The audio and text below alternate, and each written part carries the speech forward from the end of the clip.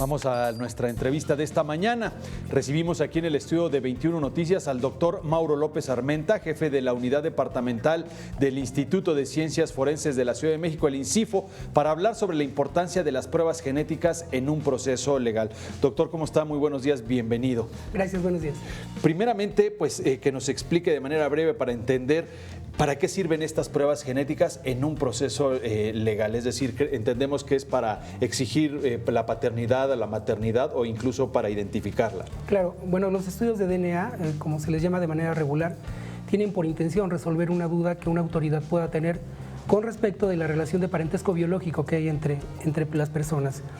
Trátese de una prueba de paternidad o de un estudio de identificación humana, lo que se busca es aclarar si en efecto se trata de la persona que se presume. Y en este sentido nosotros realizamos un estudio a través de fluidos biológicos, cualquier tipo de tejido también sería útil, y de esta manera obtenemos la información genética contenida en las células, las comparamos en este sentido con familiares cercanos de los cuales se presume la relación de parentesco o en todo caso con algún elemento biológico recuperado de un escenario de delito, establecemos la relación y entonces las autoridades son las que se encargan de establecer si hay o no una responsabilidad respecto de alguien. Doctor, buenos días, bienvenido.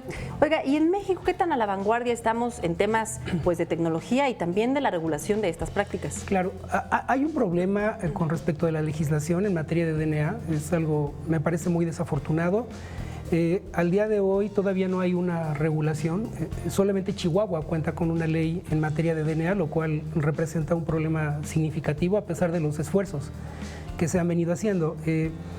Creo que es un problema de voluntad política, algo muy importante deberíamos de tener, hay una cantidad de desaparecidos significativas de personas que fallecen sin ser identificadas y creo que es muy importante que nuestras autoridades puedan tomar cartas del asunto. ¿La tecnología que se aplica es de vanguardia? La tecnología es de vanguardia, afortunadamente los laboratorios genéticos que ya están operando en México creo que cuentan con la tecnología suficiente.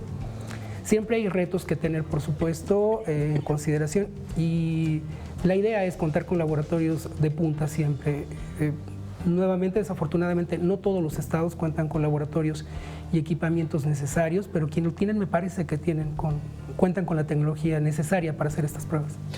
Doctor, ¿qué tan confiables son las pruebas? Porque en casos mencionaba usted ahorita de los desaparecidos, vemos que a veces familiares desconfían precisamente de la precisión que pueda tener este tipo de estudios con respecto a la afiliación, claro, a la afiliación de las personas.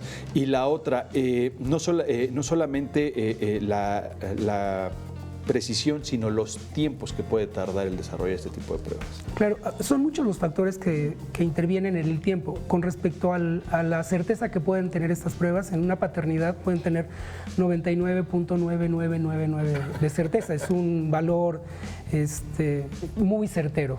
En el caso de identificación dependerá también de qué familiares se tienen para poder identificar. En algunas ocasiones no se presentan familiares cercanos, sino pueden ser primos, tíos, abuelos, y eso dificulta un poco el identificar a una persona. Obviamente esto genera un problema, pero me parece que los sistemas de identificación al día de hoy favorecen que, a pesar de que haya distancia en estas relaciones de parentesco, se puede identificar a una persona. Doctor, y aquí en la Ciudad de México, ¿cuál es la prueba genética que más se practica, la que más recurren o la que más se menciona dentro de los procesos legales? Bueno, esto va a depender del tipo de juicio que se esté llevando. En el caso de asuntos de lo familiar, obviamente las pruebas de paternidad son muy demandadas, dada la certeza que tienen. En el caso de asuntos de carácter penal o de identificación, por supuesto DNA es muy importante, aunque existen otras disciplinas con la capacidad para poder identificar a una persona sin mayor problema. Me refiero, por ejemplo, odontología, dactiloscopía, permiten tener elementos de identificación y en aquellos casos en que no hay forma de identificar a una persona es entonces que participamos. Somos el último eslabón que se tiene en esta cadena para buscar identificar a una persona y si no hay otros elementos, hay casos en donde un cadáver no cuenta con suficientes marcadores de identificaciones que participamos nosotros. las cargas de trabajo, porque además sabemos del INCIFO, y son noticias, no sé, buenas para el resto del país, quizá no tan buenas para ustedes, pero vemos que justamente el INCIFO apoya a otras entidades en este tipo de pruebas, pues debido justamente a la tecnología que emplean y a la calidad de su trabajo. Claro, bueno, nosotros estamos muy orgullosos del Instituto de Ciencias Forenses porque afortunadamente contamos con lo necesario para poder desarrollar estas pruebas. Tiene razón, el tiempo de espera tiene mucho que ver con la carga de trabajo y el equipamiento que hay. Al día de hoy el instituto puede brindar apoyo a otras instancias, si es que fuera el caso. Y me parece que en este sentido cumplimos a cabalidad con tiempos cortos en lo que refiere a identificación. ¿Cuánto tardaría una prueba, por ejemplo, de identificación paterna? Ok, en el caso de pruebas de paternidad, nosotros entregamos con un tiempo máximo de 10 días. En promedio estamos entregando dictámenes en términos de 7 días. Obviamente esto depende de la carga de trabajo que tiene el perito, pero es el promedio en el que se emiten las pruebas. Me parece que es un tiempo razonable en virtud de que laboratorios particulares, por ejemplo, incluso tienen tiempos de espera de hasta 30 días, ¿no? Nosotros emitimos con rapidez. Doctor, ¿y cómo acercarse con ustedes? Es decir, ¿para quiénes están dirigidos sus servicios? ¿Cualquier ciudadano? ¿Llegan a sus instalaciones? ¿Cómo es el acceso al servicio? Ok, en el Instituto de Ciencias Forenses solamente vamos a atender, en este caso, peticiones solicitadas por una autoridad, en este caso por un juez. Va a ser él el que se habrá de encargar de pedir la prueba y el instituto responde señalando el día, la fecha, la hora y el perito que estará asignado para la prueba. Pero en este caso, desafortunadamente, no es un servicio que se emita a particulares, solamente a petición de una autoridad.